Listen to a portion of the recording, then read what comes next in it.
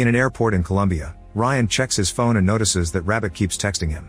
Ryan came to this country because he's running away from his gambling debts, so he ignores the message and looks for a cab. Thankfully, Ryan's best friend Jack has sent a driver to pick him up. During the trip, the driver gives Ryan a note Jack left for him. Jack welcomes him and apologizes for not meeting him soon because he has to work today.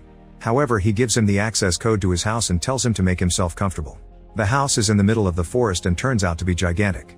Ryan and Jack went to culinary school together, so Ryan is impressed that a chef could be making this much money. After making himself a nice meal and trying the expensive wine, Ryan decides to rest. In the evening, Jack finally arrives and they share a big hug since they haven't seen each other in years. Ryan has to admit that he hasn't been lucky with his career and has only worked in small places like diners. Jack has joined a catering company and has flown all over the world for different extravagant events. He's in this house until next week, and he's given all this time to find the perfect produce. Jack admits the money is pretty good, but dealing with rich people is tiring and annoying. The next day, Ryan learns that Jack bought an old car, and Jack explains he chose this model to blend in. Ryan understands this when they go to town and notices that it's a humble place.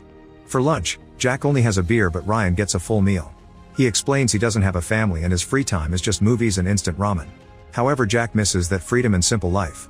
A woman named Alice comes to the same restaurant and ends up drinking with them. She used to work for a big company, but she decided to quit and travel the world. She wants to know which friend is the better chef, so they invite her to the house for a cooking competition. While they cook, Ryan keeps getting calls from Rabbit and he ignores them. Once the dishes are ready, Alice is blindfolded before she tastes them. She loves both but thinks Ryan's is better. After swimming in the pool, the trio shares a drink and Alice learns that Ryan lost a very nice watch to Jack in a bet around 15 years ago. He's never gotten over it. Afterward, Ryan prepares a snack but finds himself alone when Jack and Alice leave together to get naughty. The next morning, Ryan gets a message from Rabbit saying he has 3 days to contact him or they'll go after him. When Jack comes back after dropping Alice at her hotel, Ryan asks how he achieved all this. Jack just says that he went with the flow. Later, while Jack is at work, Ryan discovers that his friend left his laptop open and the bank information is saved. Jack's account balance is almost 2 million euros. In the evening, Jack explains he has to spend his days scamming poor people for work. He starts ranting about the state of society and the planet, wondering how much time there's left. Ryan keeps waiting for an opening to ask for a loan, but Jack says that he's glad that his friend is there because he's the first piece of home he's had in years, so Ryan decides not to say anything for now. The next morning, Ryan goes looking for Jack and is shocked to discover that he's self-deleted. At first he has a small breakdown, but after thinking about it he realizes this is his chance to take over Jack's life. After wrapping up the body in a bag, he follows a YouTube tutorial to reset the password on the laptop. The cookies on the Explorer disappeared after it was closed, so he doesn't have the login information anymore. He calls the bank to reset it, but they ask him to come in with an ID to confirm his identity. Ryan orders a fake ID online, however it'll arrive in 3 days. Rabbit sends him a picture of his mother as a threat, so Ryan convinces him to give him another week by promising more money. That night, he swims to the middle of a lake to hide the body. The next morning, while Ryan's at the restaurant, Rabbit messages him threatening to kill his mother again. Jack offers even more money, but Rabbit doesn't believe him. If he doesn't have some money by tomorrow night, the old lady will die. On his way back, a desperate Ryan calls a friend for help, but the guy knows about the gambling problems and hangs up.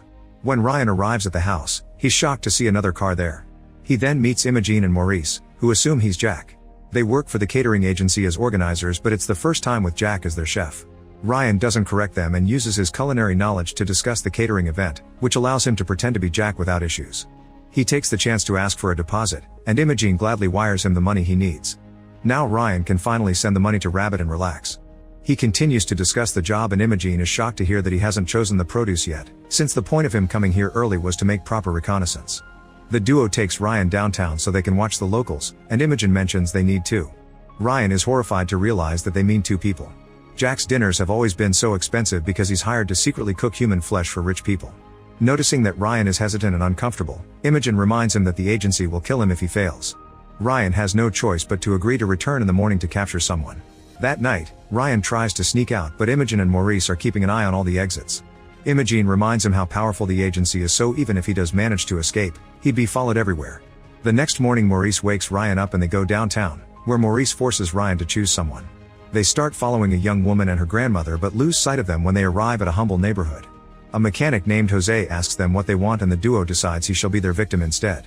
Maurice pretends their car has broken down and Jose gets under the car to check the engine, so Maurice puts a muzzle on his gun before shooting him in the head without being hurt. At that moment, the women that they were following earlier show up with Officer Gallo, who heard that the ladies were stalked. Thankfully, the body is under the car.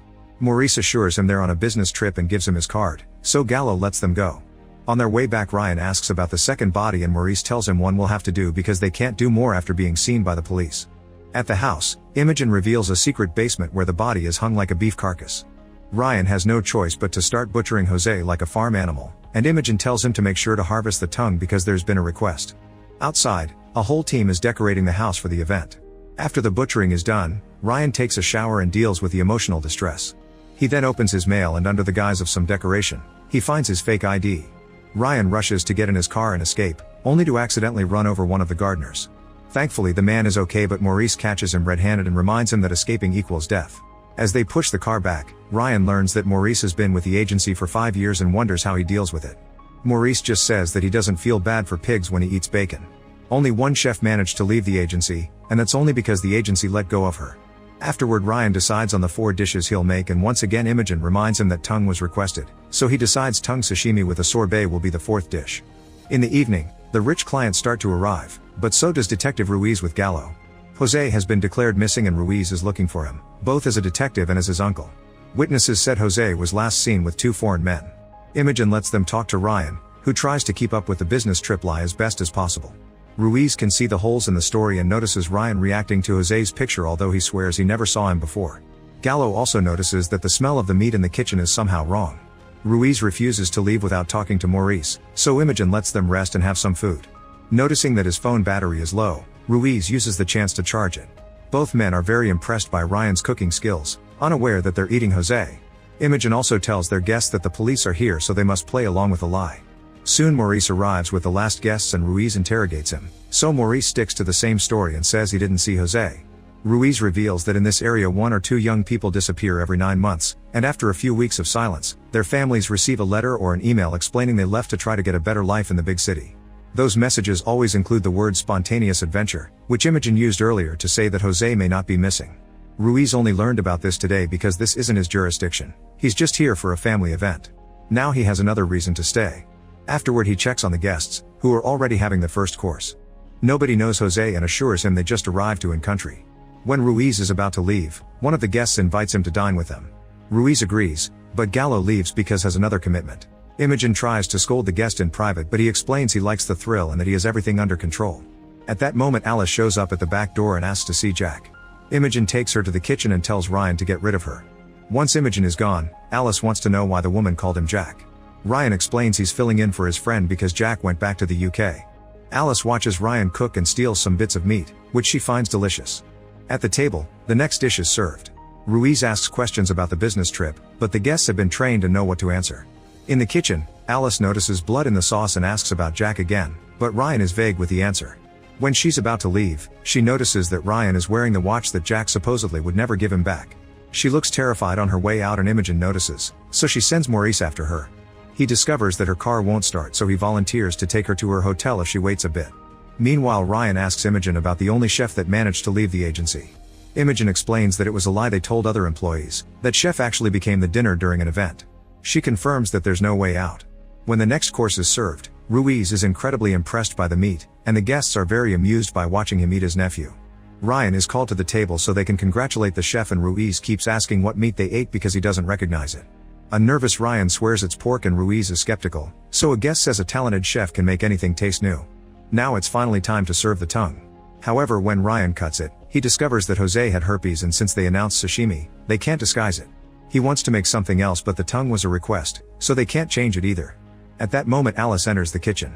She got tired of waiting for Maurice and wants to call a cab. Imogen asks if she's with someone and Alice explains she's traveling alone, giving them an idea. Moments later the sashimi is served using Alice's tongue. Ryan brings Ruiz a plate with only the sorbet and a hidden message on the spoon asking him to meet him in the bathroom. They make sure to lock the door before they talk, and Ryan tells him everything, causing Ruiz to throw up. Afterward Ruiz tells everyone that it's time for him to go home and pretends to leave, but actually he sneaks around to follow Ryan into the secret basement where he sees Alice's body and Jose's head. Ruiz then realizes he left his phone charging inside and he doesn't remember Gallo's number to call him from Ryan's, so he says he'll wait while Ryan gets his phone back. On his way back to the house, Ryan is seen by everyone because the guests are leaving. Maurice asks him what he was doing in the garden and Ryan pretends he was having a smoke. While Ryan rushes inside to find the phone, a suspicious Maurice goes to the basement and finds Ruiz, who immediately gets killed with a chainsaw. By the time Ryan comes back, Maurice just tells him they'll have to spend the night harvesting the meat from both bodies. While the men chop the meat for boiling and throw the dirty water in the lake, Imogen writes emails pretending to be the victims to tell their families that they've left the country. That night, Ryan can't sleep at all. The next morning Imogen tells Ryan how much the guests liked him. He has so many more requests for events now, confirming he's a better chef than Jack. Ryan isn't hungry at all and turns down breakfast. Suddenly an agency employee injects a GPS chip into his neck. Imogen explains the last one stopped working, which is strange because those chips are supposed to last until death. Ryan wonders if they've always known the truth while agreeing to meet Imogen in Africa in a month for the next event. In the parking lot, the employees set Jack's car on fire. At the airport, Ryan waits for his flight home while having a drink. A man chats with him and asks about his job, so Ryan simply says he flies to rich people's houses to cook for them. The man thinks he's living the dream. Like, comment, share, and subscribe. Thanks for watching. See you on my next video.